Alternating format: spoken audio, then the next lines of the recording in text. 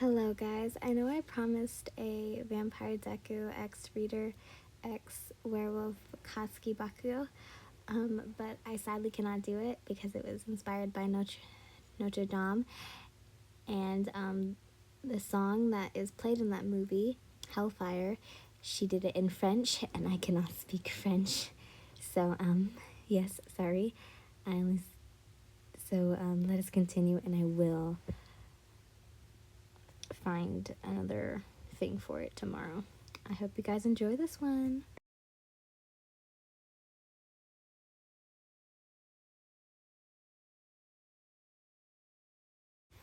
I can't believe you're going with this, my best friend Denki said as he stared at the suspiciously normal looking house. The house is 6 miles away from the nearest neighborhood, and this house was oddly cheap. It didn't help that there were many rumors, missing cases, and even murders that happened in or around this house. Many people who bought this house either left shortly after, the longest was 2 months, went missing and were never found, or were found dead, their body drained of all their blood. So, if I survive in this house for 3 months, Monoma will pay me $20,000 and basically serve me for 4 years. But what happens if I lose? I ask. Nothing. If you lose, but are still alive enough, but promise me you will feel like you're in danger, please drop the bet. Risking your life is one of Monoma's awful bets, isn't it? Isn't worth it, Denki begged as he shook me by the shoulder. I promise, if I feel like my life is in danger, I'll immediately run for the hills, I promised as I gripped my suitcase. Well, I'll see you in 3 months, Denki. The first month of living in the house was pretty normal.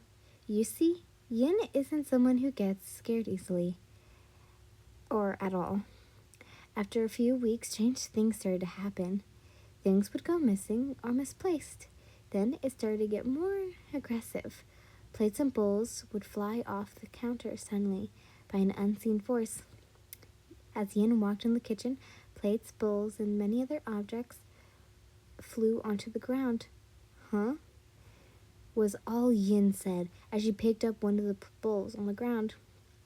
As she reached out for the box of cereal, it then suddenly flew off the counter. She simply went down and picked up the box, only for the bowl to suddenly fall on the ground and shatter. It's fine, I'll just eat from the box, Yin sighed, only for the box to fly out of her hands by an unknown force. Get out, said a ghostly voice.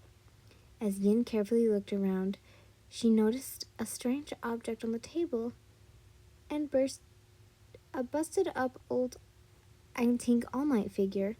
She didn't own any All Might figures, so to test something, she decided to walk to the living room, when suddenly a plate was thrown in her direction. Get out, the voice shouted. And on her couch was the same All Might figure. Yin quickly ran over and snatched the figure from the couch. Show yourself or else, Yin threatened as she held onto the figure tightly. No, don't break it, please, begged a green-haired ghost as tears ran down his face. Who are you and why are you doing this? Yin asked. You're not safe here. I'm just trying to save you, the green-haired ghost exclaimed. So you try to save me or anyone who comes here. From what? Yin asked. The ghost sat on the ground as he fumbled with his fingers. There's a monster in this house, he said simply. As he shown his neck, there were 2 small puncture wounds right next to each other. Who are you? Were you someone who once moved in? Yin asked as the ghost began to sob more. The second person. I'm Izuku Midoriya. The monster in this house got me, Izuku sobbed. I don't want that to happen again. Yin stared down at the sobbing ghost, looking at the action figure in her hands with a sad frown. With a tiny smile, she handed it back to the green-haired ghost, who smiled in thanks as he took back his figure. You know, the monster tied my soul to this toy. It's the only reason why I'm still here, and the monster gave this to his son to force me to serve him, Izuku explained. Well, know that the toy is in your possession. Are you free to do whatever you wish now? Not until Shoto is defeated somehow. Shoto? Huh? Tell me, is Shoto a vampire? Yin asked curiously. Yeah, why do you ask? Izuku asked. I'm going to find a way to beat him, Yin said with confidence. How? I don't know yet, she said honestly. Izuku sighed with a deadpan look on his face. Yin quickly ran up the stairs to get ready for the day. As she did that, Izuku quickly slipped the All Might figure into Yin's bag. As Yin finally got her uniform on, she could shake the feeling of being watched. It sent shivers down her spine. Unaware of the small bat hanging from the ceiling staring down at his next meal with cold gray and blue eyes. What is this place? Izuku asked Yin as she entered the blood bank. This is an important place to defeating Shoto, Yin said simply as she whispered her plans to Izuku. After a few hours, the two friends returned to the house as Yin handed Izuku's toy back. As they entered the living room, the air seemed to suddenly grew colder. Izuku began to tremble as he could sense someone coming. Is that Shoto? Yin asked. Yin, what are you doing? Izuku asked nervously. So you really can't keep your mouth shut, can you? Said a cold voice. Yin and Izuku quickly turned around to see a boy with red and white hair, one side red and the other side white.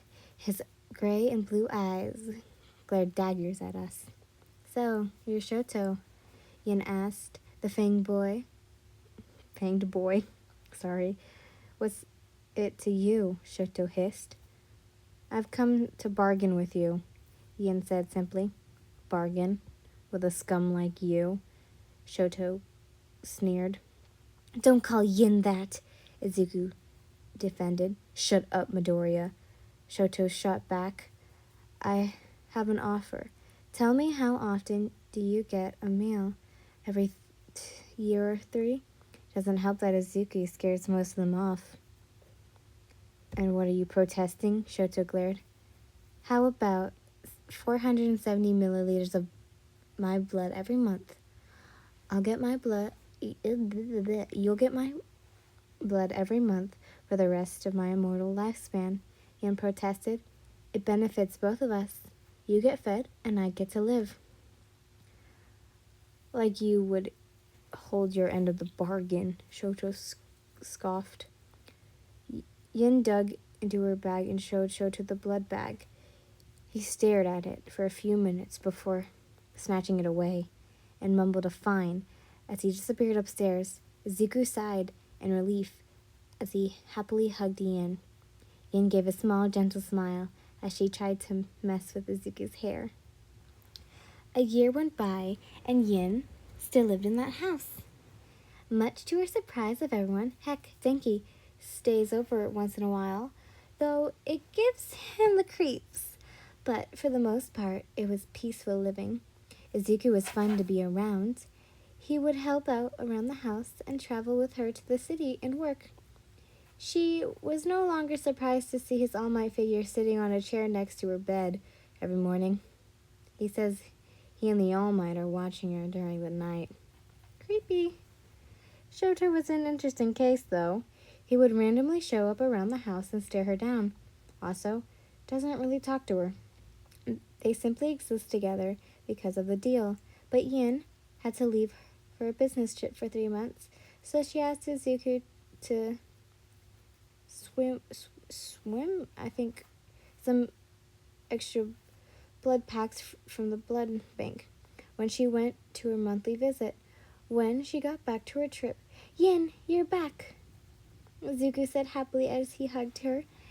Yin, Shoto said simply. I hope you're not doing another business trip. The other two packs were disgusting. What's wrong with the other two packs? Yin asked. He said they tasted awful because they weren't yours, Izuku answered. Be quiet, Midoriya. I just want your blood only, all right? He said with a red face as he disappeared upstairs. All right, Yin said as she sat on the couch. I'm glad you're home, Yin, Izuku sighed as he sat next to you. It's good to be home.